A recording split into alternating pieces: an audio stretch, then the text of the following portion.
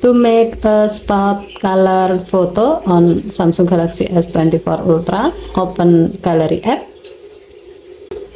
Open the result photo. Tap the pencil icon at the bottom of the screen to go to the edit photo screen. Tap the 4 dot icon at the bottom of the screen.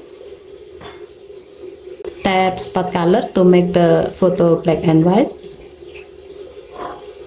Now tap the object on the photo you want to show in color.